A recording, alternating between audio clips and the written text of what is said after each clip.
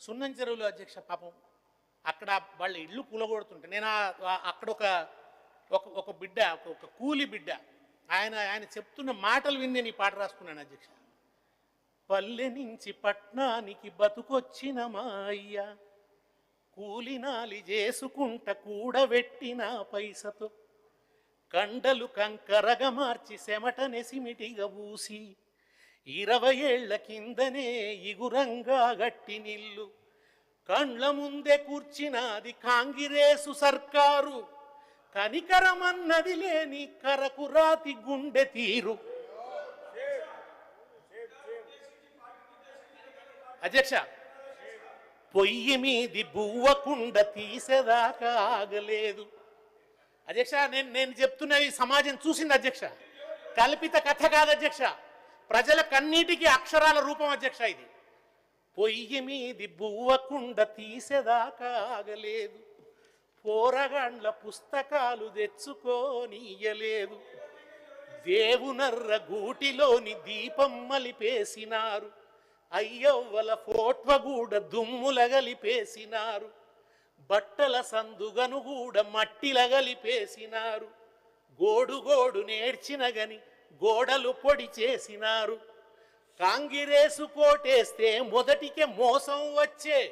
ఆయన మాట్లాడిన మాటకు అక్షర రూపం ఇచ్చేసి వేటగాని వలల జిక్కి వల ఏడ్సుడాయే.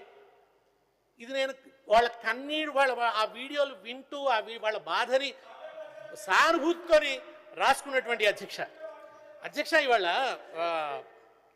గాంధీజీ పేరున అధ్యక్ష, గాంధీజీ ఏం కోరుకున్నాడు అధ్యక్ష?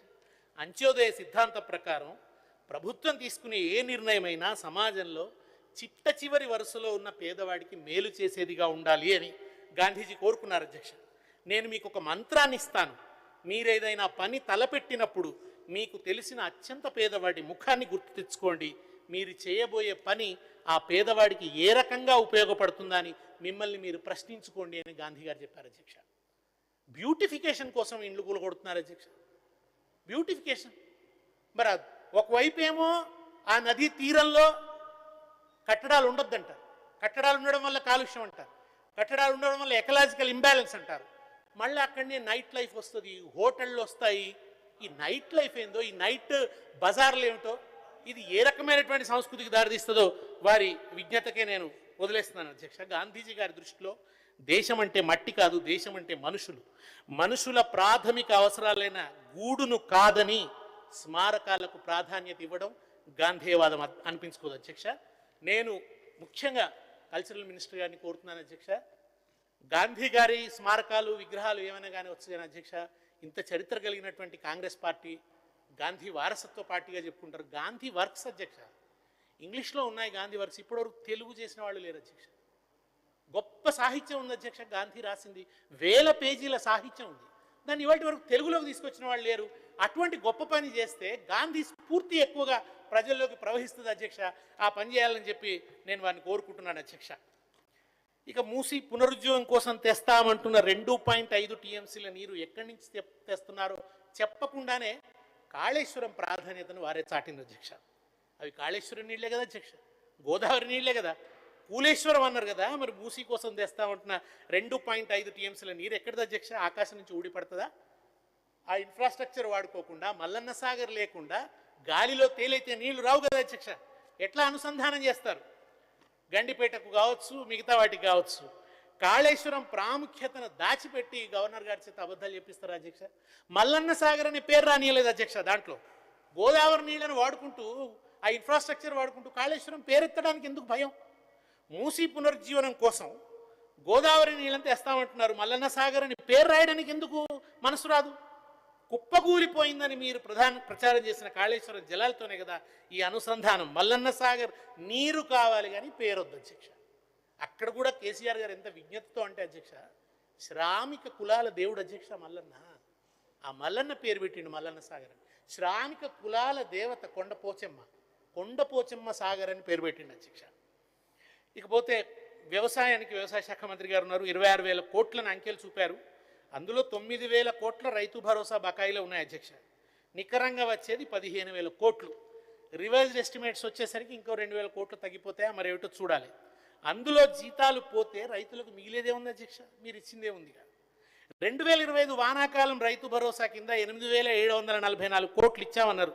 ఈ సీజన్ రైతు బంధు పడ్డదా అధ్యక్ష? ఎన్ని ముద్దతులు పెడుతున్నారు అధ్యక్ష? ఎంతెంత దూరం జానడే దూరం అన్నట్టు జరుగుతూనే ఉంది అధ్యక్ష రైతు బంధు, మన రైతు భరోసా మద్దతు. ఇక పంట రుణమాఫీ విజయవంతంగా అమలు చేశామన్నారు. ఎంతోమందికి రుణమాఫీ కాక చెప్పులు అరిగేటట్టు తిరుగుతూనే ఉన్నారు అధ్యక్ష. మనకు తెలిసి కనీసం 60 లక్షల పైన కదా రైతులు ఉన్నది, అందులో 50 లక్షల మంది కన్నా అప్పు ఉంటుంది. ఇక్కడ గవర్నర్ ప్రసంగంలో 25 లక్షల మంది అని వాళ్ళే చెప్పారు అధ్యక్ష. అంటే సగం మంది రైతులకు రుణమాఫీ కాలేదని పరోక్షంగా ఒప్పుకున్నట్టే. గౌరవ సభ్యులకి రాష్ట్ర ప్రజలకు మళ్ళీ ఒకసారి విజ్ఞప్తి చేస్తున్నారు అధ్యక్ష.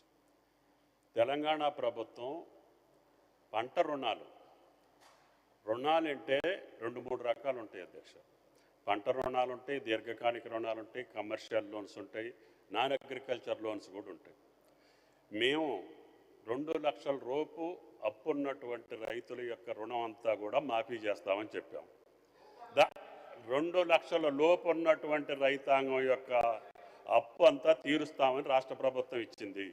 భారతదేశంలో ఏ రాష్ట్రంలో కూడా రుణమాఫీ చేసినటువంటి సందర్భాలు లేవు. ఒకే ఒకసారి మన్మోహన్ సింగ్ గారి ప్రభుత్వంలో కేంద్రం చేస్తే దేశం మొత్తానికి 70,000 కోట్లు చేశారు. ఇదే చిన్న రాష్ట్రం మొట్టమొదటి సంవత్సర కాలంలోనే 2 లక్షల లోపు ఉన్నటువంటి 25 లక్షల రైతాంగానికి 21,000 రుణమాఫీ చేసినటువంటి ఏకైక ప్రభుత్వం భారతదేశంలో తెలంగాణ ప్రభుత్వం. అది దేశపతి గారికి కూడా తెలుసు అధ్యక్ష. గత 10 సంవత్సరాల్లో రుణమాఫీ ఏ రకంగా జరిగింది, ఏ రకంగా రైతులు ఇబ్బంది పడ్డారు. 4 కితాలుగా ఇస్తే వడ్డీకే సరిపోయిందని చెప్పి రైతులు రుణఘోషకే మనం ఎక్కడ కూర్చోవాలో అక్కడ కూర్చున్నాం. అదేవిధంగా రైతు భరోసాకి సంబంధించి కూడా ఎన్నికల ముందు ఆగిపోయినటువంటి రైతు భరోసాతో పాటు 9 రోజుల్లో 9,000 కోట్లు రైతుల ఖాతాల్లో జమ చేసినటువంటి ఏకైక ప్రభుత్వం అధ్యక్ష. మళ్ళీ రేపు మీకు అవకాశం ఉంటే, మీకు కుదిరితే 22వ తారీఖున రాండి అధ్యక్ష. 70 లక్షల మంది రైతులకి ఒకే రోజు రైతు భరోసాల ఖాతాల్లోకి వేసే బాధ్యత ఈ ప్రభుత్వం అని చెప్పి గౌరవ సభ్యులకి మనం చేస్తున్నాం. అందుకని ఏ ప్రభుత్వం చేయలేనటువంటి పని ఈ ప్రభుత్వం చేస్తున్నందుకు కనీసం అభినందించకపోయినా మీరు దాన్ని ఆక్షేపిస్తే మీకు గతంలో చేసినటువంటి పాపాలు వెంటాడుతుంటాయి, భవిష్యత్తులో కూడా వెంటాడతాయి. కాబట్టి జరిగినట్టు చెప్పండి, జరగకపోతే మేము సరి చేసుకోవడానికి సిద్ధంగా ఉన్నామని చెప్పి గౌరవ సభ్యులకి మనం చేస్తాం. దేశపతి గారు. అధ్యక్ష, 2 సీజన్ల డబ్బులు అయితే వేయలే కదా అధ్యక్ష, 3వ సీజన్ వేయాల్సింది. మీరు కంటిన్యూ చేయండి. మరి ఆ బకాయిలు కూడా ఇస్తారా అధ్యక్ష? తర్వాత అది పంట పెట్టుబడి పథకం అధ్యక్ష. ఇప్పుడు ఇస్తాం అప్పుడు ఇస్తాం అంటే ఎట్లా అధ్యక్ష? అది పెట్టుబడి, విత్తనాలు వేసే సమయానికి, ఎరువులు జల్లే సమయానికి ఇవ్వాలి కదా. ఆ స్పిరిట్ కాపాడమని నేను విజ్ఞప్తి చేస్తున్నాను అధ్యక్ష. మరొక మాట కూడా అధ్యక్ష, మార్పు అని అన్నారు అధ్యక్ష. వాళ్ళు మొదట చేసిన ఎన్నికల వాగ్దానం ఏమిటి అధ్యక్ష?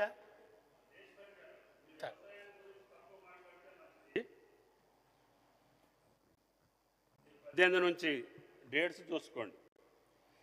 5 నెలల లోపల 5 సార్లు 5 నెలలు వేశారు. నేను ఆ ప్రభుత్వంలో ఉన్న కొద్ది రోజులు, ఆ పార్టీలో కూడా ఉన్నా.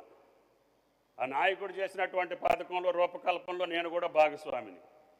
కానీ మీరు గత ప్రభుత్వంలో డేట్స్ చూసుకోండి. ఏది కూడా ప్రతి యాసంగి వానాకాలంలో 5 నెలల పైబడే. మీకు ఇప్పుడే కాపీ పంపిస్తా. 18, 19లో ఎప్పుడు వేశారు, 20, 21లో ఎప్పుడు వేశారు, 22, 23లో ఎప్పుడు వేశారు. 5 నెలల కాలం మే దాకా జరిగింది. మే దాకా వేసినటువంటి కాలాలు ఉన్నాయి మొత్తం ప్రతి సంవత్సరం. దానికి పంట పెట్టుబడే. కాబట్టి ఆ ప్రభుత్వానికంటే మెరుగ్గా వేస్తున్నాం, దానికి ఆనందించండి అని చెప్పి విజ్ఞప్తి. దేశపతి గారు. సార్, రైతులు వింటున్నారు అధ్యక్ష, చూస్తున్నారు అధ్యక్ష. ముఖ్యమంత్రి గారు కేటగారికల్గా చెప్పినారు అధ్యక్ష, మేము కౌలు రైతుకి తర్వాత భూ యజమాని అయినటువంటి రైతుకి ఇద్దరికి కూడా రైతు భరోసా అందిస్తామని చెప్పినారు అధ్యక్ష. మార్పు అంటే ఏమనుకుంటాం అధ్యక్ష? మాట మారుస్తారని అనుకోము అధ్యక్ష. మాట మార్చింది అధ్యక్ష. గౌరవనీయులైన వ్యవసాయ శాఖ మంత్రి గారు కౌలు రైతుకి ఇవ్వటం కుదరదు అని చెప్పినారు అధ్యక్ష. అప్పుడు కేసీఆర్ గారు కూడా అదే మాట చెప్తే దాన్ని తప్పుపట్టినారు అధ్యక్ష. ఎందుకు ఇవ్వరు అని నిలదీసినారు అధ్యక్ష. మరి ఇప్పుడు మాట మార్చేసినారు అధ్యక్ష. కనుక మార్పు అంటే మాటలు మార్చడం కాకూడదు, జీవితాలు మార్చడం కావాలని విజ్ఞప్తి చేస్తున్నారు అధ్యక్ష. మహాలక్ష్మి పథకం విజయవంతమని 9,222 కోట్ల ఆదాయాన్ని రాసింది అధ్యక్ష. మరి ఆ ఆదాయం మొత్తాన్ని ఆర్టీసీ కట్టినారా అధ్యక్ష? వారు అది తేటతెల్లం చేయాల్సిందిగా నేను కోరుతున్నాను. నెలకు 350 కోట్లు ఆర్టీసీకి విడుదల చేస్తామని చెప్పి అవి చేసిన దాఖలా అయితే కనబడట్లేదు అధ్యక్ష.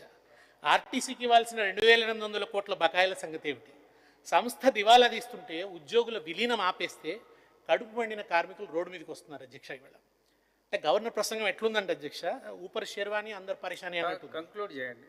ప్రసంగంలో మెరుపులు, బయట ఆర్టీసీ కార్మికుల అరుపులు అన్నట్టుగా ఉంది అధ్యక్ష. అధ్యక్ష, ఒక తెలంగాణ ఉద్యమకారుడిగా నాకు చాలా బాధ కలిగించినటువంటి ఒక విషయాన్ని నేను ఇవాళ ఇక్కడ ప్రస్తావించదలుచుకున్నాను అధ్యక్ష. దీంట్లో జలయజ్ఞాన్ని చాలా ఆదర్శం చేసి చెప్పారు అధ్యక్ష. ఏంది అధ్యక్ష?